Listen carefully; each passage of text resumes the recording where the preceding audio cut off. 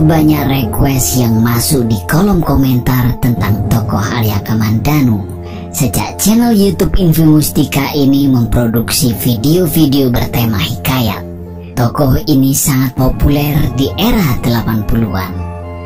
Bagi generasi yang mengalami masa-masa nongkrong di depan radio, usrak-usrak mencari frekuensi yang pas supaya sandiwara radio Tutur Tinular terdengar jelas, tentu sudah mafhum siapa Arya Kamandanu sebenarnya. Sebaliknya, bagi yang mengenal Arya Kamandanu di bawah tahun 90-an, tentu mengenalnya lewat sinetron era milenium atau bahkan YouTube. Kali ini kami akan menyampaikan fakta tentang tokoh yang hidup di era peralihan Singasari Majapahit.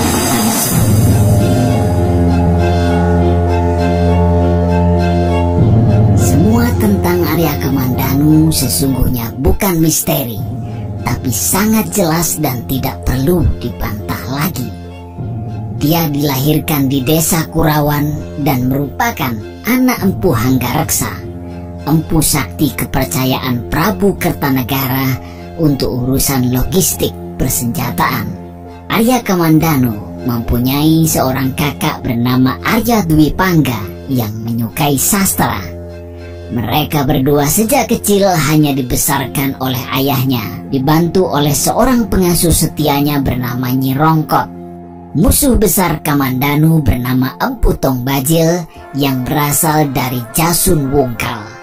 Menurut prasasti Gudadu yang bertarik 1216 Saka, atau jika dikonvert ke Masehi menjadi 1294, Dyah Wijaya diperintahkan Kertanegara untuk melawan pasukan gelang-gelang yang telah bersiap masuk ibu kota Singasari dari arah utara yang berada di Jasun Wungkal.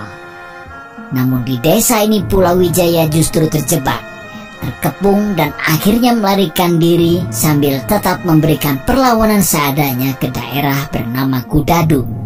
Jika dianalisa menggunakan prasasti Kudadu, Jasun Wungkal saat ini kemungkinan berada di Kecamatan Krembung Sidoarjo dan namanya telah bermetamorfosis menjadi Wangkal.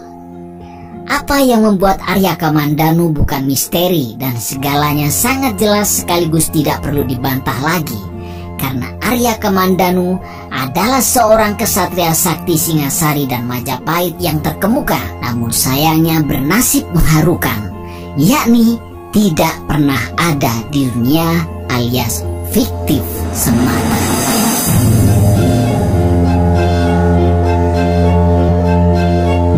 Ya, Arya Kamandanu adalah tokoh karangan hasil ciptaan penulis senior bernama S. Tijab. Kehebatan S. Tijab dalam melekatkan Arya Kamandanu dalam detil sejarah membuat kita akan merasa tokoh ini benar-benar ada. Hal ini sama dengan kasus Maximus Decimus Meridius, jenderal Romawi yang terjerumus nasibnya dalam film Gladiator yang fenomenal itu. Para penyimak merasa tokoh ini juga benar-benar ada, walau sebenarnya juga fiktif seperti Arya Kamandanu. Bukan hanya Arya Kamandanu, segala sesuatu terkait hidup maupun keluarga Kamandanu, termasuk Empu Hanggareksa, mesin, jabatannya di Majapahit, hingga pedang naga puspa adalah fiktif semata. Namun meski fiktif, S. Tijab tetap menjaga batasan-batasannya dengan baik. Berbeda dengan film Gladiator yang secara penceritaan benar-benar mengacaukan sejarah Romawi. Dari karya-karya fiksi S. Tijab dalam Tutur Tinular, Mahkota Mayangkara hingga Kaca Benggala, kita justru bisa belajar sejarah dengan luwes dan tidak membosankan.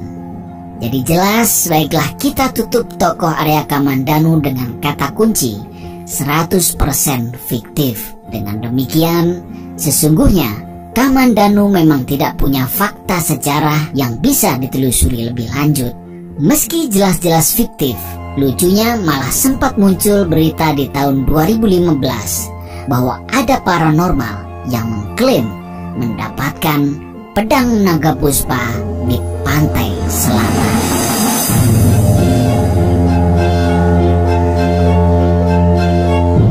Poin ini lagi-lagi tetap 100% fiktif. Namun sekedar mengajak Anda sekalian yang tahun 80-an sudah nongkrong di sore hari lalu ngamuk-ngamuk karena frekuensi yang diterima belum jelas juga, padahal tutur tinular sudah mulai, untuk sedikit bernostalgia tentang sejarah pedang naga puspa itu sendiri. Pedang ini adalah pedang sakti yang sempat berada di Cina, lalu kembali lagi ke bumi pertiwinya. Naga Puspa diciptakan Empu Ranubaya, cucu murid dari Empu Bango Samparan yang berkawan baik dengan Empu Gandring. Dalam sebuah keributan, suatu kali Ranubaya ditawan oleh Mengxi, utusan Mongol yang mendapat tugas mandat dari dinasti Yuan yang kala itu berada di bawah Kaisar Kubilai Khan ke Jawa. Ranubaya kemudian diculik dan dibawa ke Mongol.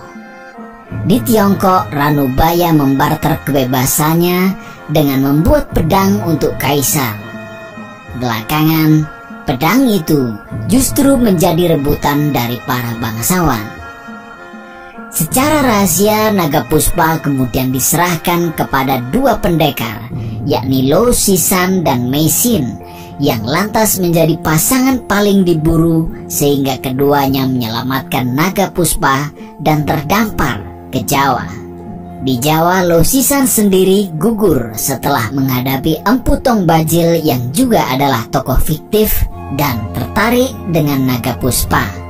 Mei Xin yang terlunta-lunta sendirian kemudian bertemu dengan Arya Kamandanu dan disinilah pedang naga Puspa itu sampai ke tangannya. Pedang hasil karya gurunya sendiri Empu Ranubaya yang tidak bisa menurunkan ilmunya secara tuntas.